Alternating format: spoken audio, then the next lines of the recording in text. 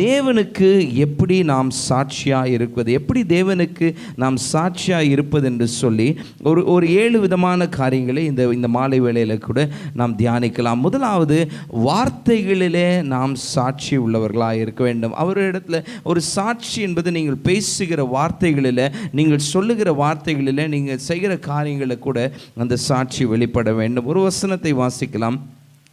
மத்தேயு 10ஆம் அதிகாரம் 32, 33.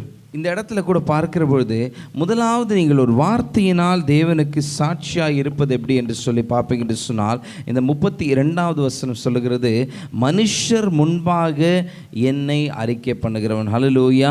முதலாவது உங்களுடைய சாட்சி எப்படி இருக்க வேண்டும் என்று சொன்னால், மனுஷருக்கு முன்பாக தேவனை குறித்து நீங்கள் அறிக்கை இடுகிறவர்களாய், தேவனை குறித்து காரியங்களை சொல்லுகிறவர்களாய், தேவன் உங்களுடைய வாழ்க்கையில் செய்தவற்றை அவர்களுக்கு முன்பாக நீங்கள் அறிக்கை இடுகிற பொழுது தேவனுக்கென்று ஒரு சாட்சியாய் நீங்கள் இருக்கிறதையும் நாம் பார்க்க முடியும். ஹல்லேலூயா. தேவனுக்கு இந்த வார்த்தைகளிலே நாம் இருக்கிற காரியம் என்னவென்று சொல்லி பார்ப்பீங்கன்னு சொன்னால், சூழ்நிலைகளின் மத்தியிலே தேவனை குறித்து, அவர் உங்களுடைய வாழ்க்கையில் செய்த நன்மைகளை குறித்து, உங்கள் உற்றார் உறவினர் இருக்கிறவர்களிடத்துல கூட நாம் சொல்லுகிற பொழுதே எப்படி இருக்கிறோமா, தேவனுக்கு நாம் சாட்சியாய் காணப்படுகிறதை பார்க்கிறோம். 12, 31, 32 கூட நாம் வாசிக்க முடியும். மரமானது அதன் கனியினால் அறியப்படும். ஹல்லேலூயா.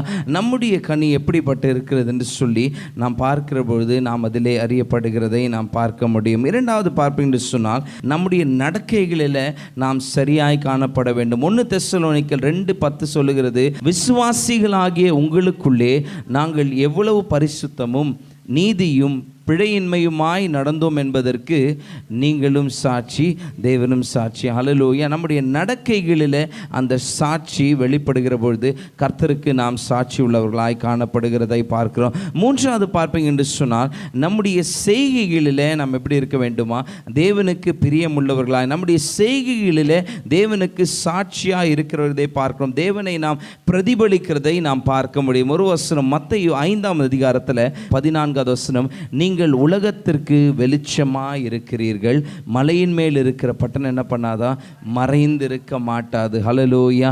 யார் மறைந்திருக்க மாட்டான் என்று சொன்னால், நீதியிலே நடக்கிறவன் தான் என்ன பண்ண மாட்டான்னா, மறைந்திருக்கிற மாட்டான். பாவத்தில் இருக்கிறவன், தவறுகளை செய்து கொண்டு இருக்கிறவன், பிசாசின் பிடியில் சிக்கியிருக்கிறவன், அந்த பாவத்தில் சிக்கியிருக்கிறவன் என்ன பண்ணுவானா, தன்னை மறைத்து கொள்ளுகிறதை பார்க்கிறோம். இந்த இடத்துல பார்க்கிற பொழுது நீங்கள் எப்படி இருக்கீங்களா, உலகத்திற்கு வெளிச்சமாக இருக்கிறீர்கள். மலை மேலே இருக்கிற ஒரு பட்டணத்தை போல நாம் காணப்படுகிற பொழுது ஒவ்வொரு நாளும் தேவனை நாம் என்ன பண்ணுறோமா, பிரதிபலிக்கிறவர்களாக இருக்கிறோம். நம்முடைய செய்கைகள் சரியாக இருக்கிற பொழுது என்ன பண்ணுவோமா, நான் ஆட்களுக்கு முன்பாக நம் தேவனை என்ன பண்ணுறோம்னா பிரதிபலிக்கிறவர்களாய் காணப்படுகிறதை பார்க்க முடியும். 4வது பார்ப்பீங்கன்னு சொன்னால், சங்கீதம் 34வது சங்கீதம் 1வது வசனம், கர்த்தரை நான் எக்காலத்திலும் ஸ்தோத்திரிப்பேன், அவர் துதி எப்பொழுது என்ன பண்ணுவான், என்னுடைய வாயில் இருக்கும். 4வது பார்க்கிற பொழுது நம்முடைய ஆராதனை எப்படி இருக்கிறது என்று சொல்லி நாம் பார்க்க வேண்டும். நம்முடைய ஆராதனையில் என்ன பண்ணோம்னா, நாம் தேவனுக்கு சாட்சியாக இருக்கிறோம். நம்முடைய ஆராதனை சரியாக இருக்கும் என்று சொன்னால் அது என்ன பண்ணுதுன்னா, தேவனை பிரதிபலிக்கிறதை பார்க்கணும். நம்மிடத்திலிருந்து நமக்குள்ளாக இருக்கிற தேவனை நாம் ஆராதிக்கிற பொழுது பிறர் என்ன பண்ணுறாங்கன்னா, அதை பார்த்து நம்முடைய தேவனை அறிந்து கொள்ளுகிறவர்களா இருக்கிறார்கள். 4வது தான் பார்க்க முடியும், அந்த ஆராதனை எப்படி இருக்கும்னா, நம்மை தேவனுக்கு என்று சாட்சியாய் வைக்கிறதை பார்க்கிறோம். அப்போஸ்தலர் 16:25 பார்க்கிற பொழுது, பவுலும் சீலாவும் ஆராதித்து கொண்டிருக்கிற போது எப்படி இருக்குன்னா, எல்லாரும் அதை கவனித்து கொண்டிருக்கிறார்கள். கவனித்து கொண்டிருக்கிறவர்கள் என்ன பண்ணுறாங்கன்னா, தேவனை அறிந்து கொள்ளுகிறதை பார்க்கிறோம். நம்முடைய ஆராதனை அப்படி இருக்க போது நாம் தேவனை பிறர் அறிந்து கொள்ள அது எதுவாக இருக்கிறதை பார்க்கிறோம். ஹல்லேலூயா. அடுத்த சில காரியங்கள் அப்படியே நாம் பார்க்க முடியும். ஒரு பகுதியை நாம் எடுத்துக்கொள்ளலாம். 2 ராஜாக்கள் 8வது அதிகாரத்தை வாசிக்கலாமா, முதல் வசனத்திலிருந்து. இந்த இடத்துல பார்க்கிற பொழுது இது நமக்கு கொஞ்சம் தெரிந்த சம்பவம் தான்.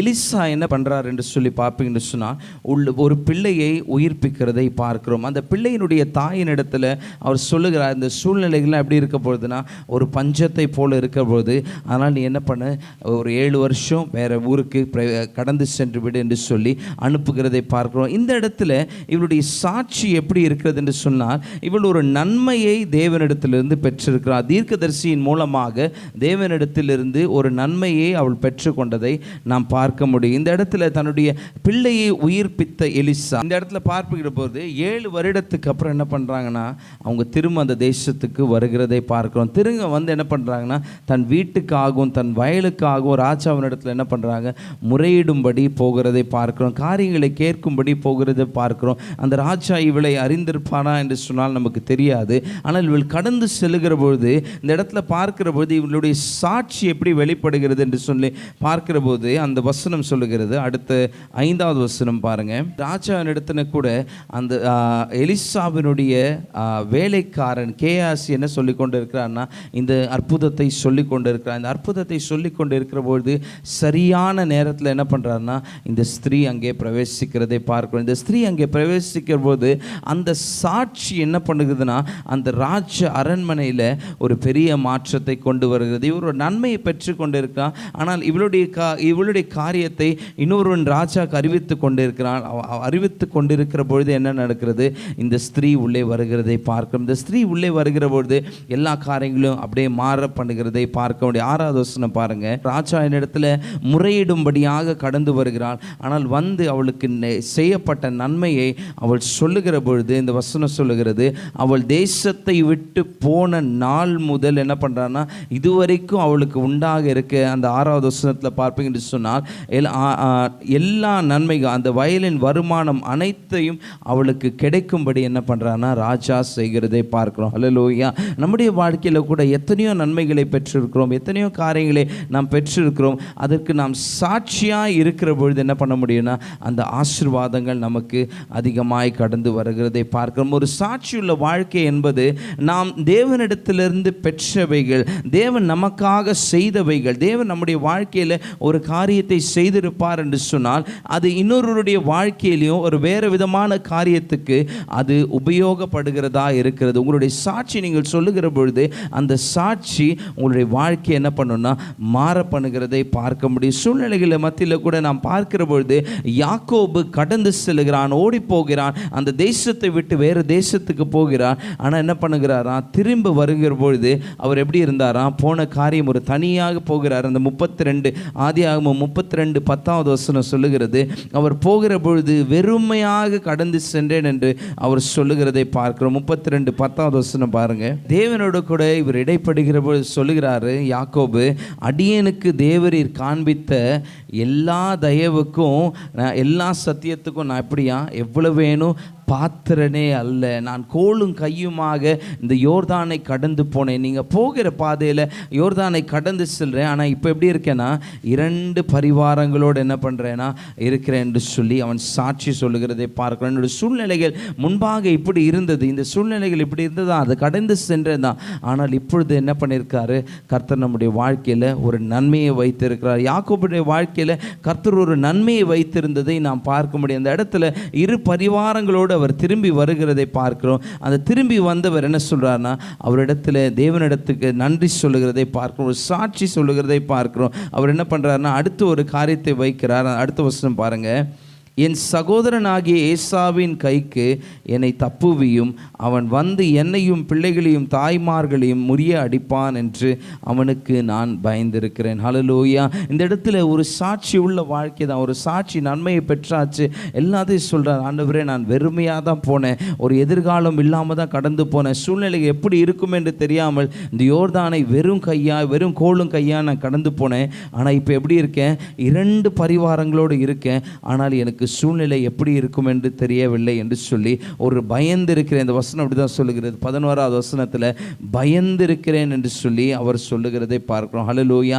நம்முடைய வாழ்க்கையில் கூட சூழ்நிலைகள் இப்படிதான் காணப்படலாம். ஆனால் நாம் சாட்சியோடு இருக்கிற பொழுது, தேவனுக்கென்று சாட்சியோடு இருக்கிற போது 33 4வது வசனம் பாருங்க. இந்த இடத்துல சூழ்நிலை எப்படி மாறுது பாருங்க. ஒரு பயத்தோடு இருக்கிறான், என்ன நேரிடுமோ, என்னுடைய தாய்மா எல்லாவற்றையும் அவன் என்ன பண்ணுவான், கொன்று விடுவான், ஏதாவது ஏதாவது செய்து விடுவான், எனக்கு ஒரு ஆபத்தை ஏற்படுத்தி விடுவான் என்று சொல்லி ஒரு பயத்தோடு இருக்கிற யாக்கோபுக்கு என்ன நேருகிறதா, ஏசா என்ன பண்ணுறான்னா அவன் கழுத்தை கட்டி கொண்டு 2 பேரும் அழுகிறதை பார்க்கிறோம். ஹல்லேலூயா. தேவன் நம்முடைய வாழ்க்கையில் இந்த தேவ ஜனங்களுடைய சாட்சி என்ன பண்ணுமா, அதனாலே அவர்களுக்கு சாதனைகளை கொண்டு வருகிறதை பார்க்கிறோம். நம்முடைய வாழ்க்கையில் நாம் செய்கிற தேவனுக்காக சாட்சியாக இருக்கிற பொழுது, தேவனுக்கென்று சாட்சிகளை சொல்லுகிற பொழுது அது என்ன பண்ணுமா, சாதனைகள் என்பது ஜெயம், வெற்றி எல்லாத்தையும் நம்முடைய வாழ்க்கையில் வைக்கிறதை பார்க்கிறோம். யாக்கோபு சொன்ன சாட்சி இங்கே இதுதான், நான் ஒன்றுமே இல்லாமல் போனேன், ஆனால் என்ன பண்ணியிருக்காரு, தேவன் என்னை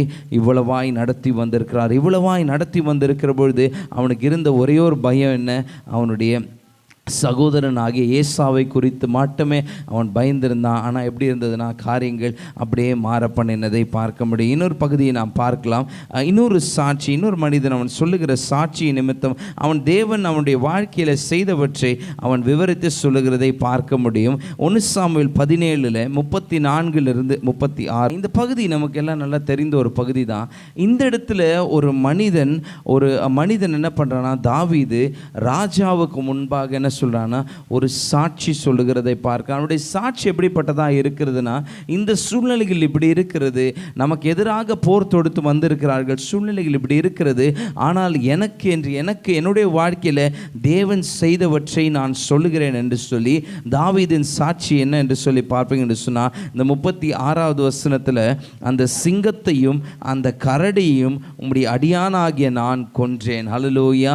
ஸோ ஆல்ரெடி இந்த முன்னாடி நடந்த காரியங்கள் நான் ஒரு ஜெயத்தை பெற்றிருக்கிறேன், என்னுடைய வாழ்க்கையிலே நான் ஒரு ஜெயத்தை பெற்றிருக்கிறேன், கர்த்தரிடத்திலிருந்து ஒரு நன்மையை பெற்றிருக்கிறேன். எனவே இந்த பெலிஸ்தியன் என்ன பண்ண மாட்டான்னா, எனக்கு ஒரு பெரிய காரியமாக இருக்க மாட்டான், அவனை நிச்சயமாக நான் வென்று விடுவேன் என்று சொல்லி அவன் சொல்லுகிறதை பார்க்கிறோம். தேவ ஜனங்களாகிய நாம் நம்முடைய வாழ்க்கையில் கூட கர்த்தர் எத்தனையோ நன்மைகளை செய்திருக்கிறார். ஆனால் ஒரு சூழ்நிலை வருகிற பொழுது என்ன பண்ணுறோன்னா, அப்படியே சோர்ந்து போயிடும். ஒரு சின்ன வியாதி வருகிற பொழுது என்ன பண்ணுறோன்னா, அப்படியே சோர்ந்து போயிடும். நாம் தேவனிடத்தில் தேவன் செய்த நன்மையிலே நாம் சொல்லுகிற பொழுது என்ன பண்ணுறாருன்னா, தேவன் ஒவ்வொரு நாளும் நமக்கு ஜெயத்தை தருகிறவராக இருக்கிறான். தாவீது சொல்லுகிற பொழுது இங்கே அப்படி தான் சொல்லுகிறான், சூழ்நிலைகள் இப்படி தான் இருந்தது. இவன் என்ன பண்ணல, இவன் இந்த பெலிஸ்தியனை அந்த சிங்கத்துக்கு என்ன பண்ணலன்னா, சிங்கத்தை விட ஒரு கம்மியான காரியமாக தான் நாம் பொருட்படுத்துகிறதை பார்க்கிறோம். சிங்கத்தை நான் மேற்கொண்டேன், கரடியை நான் மேற்கொண்டேன், ஆனால் எனவே என்ன பண்ண முடியும்னா, இவனை என்னால் மேற்கொள்ள முடியும் என்று சொல்லி அவன் சொல்லுகிறதை பார்க்கிறோம். 37வது வசனத்தை பார்ப்பீங்க என்று சொன்னால், என்னை சிங்கத்தின் கைக்கும் கரடியின் கைக்கும் தப்புவித்த கர்த்தர் இந்த பெலிஸ்தியனுடைய கைக்கும் தப்புவிப்பார் என்றான். அப்பொழுது சவுல் தாவீதை பார்த்து, போ, கர்த்தர் உன்னுடனே கூட இருப்பாராக என்றார். ஹல்லேலூயா. இதுதாங்க நம்முடைய வாழ்க்கையின் சாட்சியம். சொல்லுகிற போது இத்தனை காரியங்கள் எனக்கு நடந்திருக்கிறது. என்ன பண்ணுறான்னா, நீ ஒரு சின்ன பையன், உனக்கு இந்த போரை பற்றி ஒன்றும் தெரியாது, நீ போய் உன்னுடைய உயிரை மாய்த்து கொண்டு விடுவா என்று சொல்லி எல்லாரும் சொல்லுகிற பொழுது தாவீது சொல்லுகிறான், எனக்கு ஏற்கனவே எத்தனையோ பிரச்சனைகள், இதை விட பெரிய போர், இது ஒரு போர் காரியங்களை நான் எதிர்கொண்டிருக்கிறேன், இந்த பெலிஸ்தியனை நான் என்ன பண்ண முடியும், ஜெயிக்க முடியும். அப்பொழுதுதான் சவுல் சொல்லுகிறார், கர்த்தர் உன்னோட கூட இருப்பாராக என்று சொல்லி அனுப்புகிறதை பார்க்கிறோம். 17:51 அப்படிதான் சொல்லுகிறது. தாவீது என்ன பண்ணுறான்னா, ஓடி அவன் மேல் நின்று அவன் பட்டயத்தை எடுத்து அதன் உரையிலிருந்து உருவி அவனை கொன்று அதனாலே அவன் தலையை வெட்டி போட்டான். அப்பொழுது தங்கள் வீரர் செத்து போனான் என்று சொல்லி என்ன பண்ணுறாங்கன்னா, ஓட்டம் பிடிக்கிறதை பார்க்கிறோம். பெலிஸ்து. ஹல்லேலூயா. நம்முடைய வாழ்க்கையில் தேவனுக்கென்று நாம் சாட்சியாக இருக்கிற பொழுது, அவர் செய்த நன்மைகளை நாம் சூழ்நிலைகளை சொல்லுகிற பொழுது, கர்த்தர் இன்னும் நாம் அதிகமாய் வெற்றி பெற, அதிகமாய் ஜெயத்தை பெற, அதிகமான இடங்களுக்கு போக என்ன பண்ணுவாராம், கர்த்தர் நம்மை நடத்துகிறவராக இருக்கிறதை பார்க்க முடியும். இந்த மாலை வேளையில் கூட கர்த்தர் நமக்கு சொன்ன காரியங்களை தாவீது சொல்லுகிறார். இந்த இடத்துல இத்தனை காரியங்கள் என்னை நடத்தி வந்திருக்கிறார், தேவன் இத்தனை காரியங்களில் என்னை நடத்தி வந்தவர் என்ன பண்ணுவாராம், இந்த பெலிஸ்தியன் கையிலிருந்து என்னை நீங்களாக்கி ரட்சித்து கொள்வார் என்று சொல்லி அவன் சொல்லுகிறதை பார்க்கிறோம். ஒவ்வொரு காரியமாய் நாம் பார்த்தோம். இந்த இடத்துல கூட நம்முடைய ஆராதனை என்ன பண்ணுமா, பலரை ரட்சிக்கிறதை பார்க்கிறோம். நம்முடைய ஆராதனை நம்முடைய சாட்சியை பிரதிபலிக்கிறதை பார்க்க முடியும். நம்முடைய சூழ்நிலை சூழ்நிலைகள் நாம் ஜெயித்து வந்த காரியங்கள், ஒரு கடன் பிரச்சனையோடு ஒருவர் இருக்கிறார்கள் என்று சொன்னால், நீங்கள் போய் இது மாதிரி தான் நான் ஒரு காலத்தில் கூட கடனோடு இருந்தேன், பண தேவைகளோடு இருந்தேன், போராட்டத்தோடு இருந்தேன், ஆனால் இம்மட்டும் என்னை கர்த்தர் நடத்தி வந்திருக்கிறார் என்று சொல்வீர்களானால் அந்த குடும்பத்தில் தேவன் ஒரு ஜெயத்தை கட்டளையிட வல்லமை உள்ளவராக இருக்கு. ஹல்லேலூயா. உங்களுடைய சாட்சி தேவனிடத்தில் நீங்கள் பெற்ற நன்மையை நீங்கள் சாட்சியாக சொல்லுகிற பொழுது அது எப்படி இருக்கும்னா அவர்களுக்கு ஒரு ஆசீர்வாதமானதாக இருக்கும். நீதிமொழிகள் 11:30 சொல்லுகிறது, ஆத்துமாக்களை ஆதாயப்படுத்தி கொள்கிறவன் என்ன பண்ணுறான்னா ஞானம் உள்ளவனாக இருக்கிறதை பார்க்கிறோம். ஒரு சாட்சி என்பது ஒரு ஆத்தும ஆதாயத்தை குறித்து நாம் பார்க்க முடியும். இன்னொரு பகுதியில் பார்ப்போம் என்று சொன்னால் அது ஒரு ஆத்தும ஆதாயம். நீங்கள் சொல்லுகிற சாட்சி உங்கள் ஜனங்களை என்ன பண்ணுன்னா தேவனிடத்தில் கொண்டு வருகிறதை பார்க்கிறோம். 1 கொரிந்தியர் 9:24 சொல்லப்பட்டிருக்கிறது, பெற்றுக்கொள்ளத்தக்கதாக என்ன பண்ண வேண்டுமா? ஓட வேண்டும். ஹல்லேலூயா. பெற்றுக்கொள்ளத்தக்கதாக தேவன் நம்முடைய வாழ்க்கையில் வைத்திருக்கிற காரியங்களை நாம் பெற்றுக்கொள்ளத்தக்கதாக அந்த பந்தய சாலையை விட்டு விலகி ஓடுகிறோம். சூழ்நிலைகள் எப்படி இருக்குன்னா, ஒரு போராட்டம் வருகிற பொழுது அந்த பந்தய சாலையில் பாதியிலே நின்று விடுகிறோம். ஹல்லேலூயா. பாதியிலே நின்று விடுகிறோம்.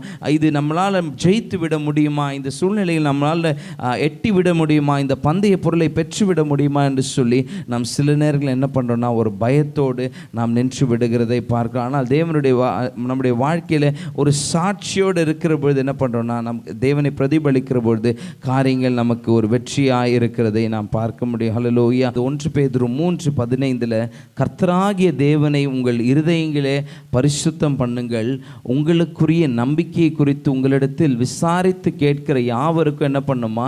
சாந்தத்தோடும் வணக்கத்தோடும் உத்தரவு சொல்ல எப்பொழுதும் ஆயத்தமாயிருங்க. அப்படின்னா தேவன் நம்முடைய வாழ்க்கையில் செய்த காரியத்தை ஒருவர் நம்மிடத்தில் கேட்கிறார்கள் என்று சொன்னால் அவர்களுக்கு நாம் உத்தரவு சொல்ல வேண்டும். தேவன் செய்த நன்மையை அதை ஒரு சாட்சியாக நாம் சொல்லுகிற பொழுது அது அவர்களுடைய வாழ்க்கைக்கும் ஆசீர்வாதமாக இருக்கிறதை நாம் பார்க்க முடியும். ஹல்லேலூயா. இந்த வேளையில் கூட நம் காரியங்களை பார்த்தோம். யாக்கோபை தேவன் எப்படி நடத்தி வந்தார்? அவன் சாட்சியாக இருந்தபோது அவன் பயந்த காரியத்திலிருந்து கூட தேவன் என்ன பண்ணுறாரா? காரியத்தை மாற்றி அதை ஒரு சமாதானத்தோடு முடிய பண்ணினதை பார்க்கிறோம். தாவீது அங்கே சாட்சியாக சொல்லுகிற பொழுது கூட அந்த பெலிஸ்தியனை எதிர்கொண்டு அவனால் ஜெயிக்க முடிந்தது போல நம்முடைய வாழ்க்கையில் கூட இந்த நாளில் என்ன பண்ண வேண்டுமா? நாம் ஒரு சாட்சி உள்ள அனுபவமாக இருக்கிற பொழுது கர்த்தர் நம்முடைய வாழ்க்கையில் ஒரு ஜெயத்தை தர வல்லமை உள்ளவராக இருக்கிறார். நாம் பார்த்த காரியங்கள் என்னன்னு சொன்னால் தேவனுக்கு சாட்சியாக இருப்பது எப்படி என்று சொல்லி பார்த்ததில் முதலாவது வார்த்தைகளில், நம்முடைய வார்த்தைகளிலே அவருக்கு சாட்சியாக நாம் இருக்க வேண்டும். 2வது நம்முடைய நடக்கைகள், செய்கைகள், ஆராதனை, அதுக்கப்புறம் வெற்றி, அதே போல் ஞானம், இதெல்லாம் நம்ம சரியாய் பயன்படுத்துகிற பொழுது நாம் அவருக்கு என்று சாட்சியாக இருக்க முடியும். ஹல்லேலூயா.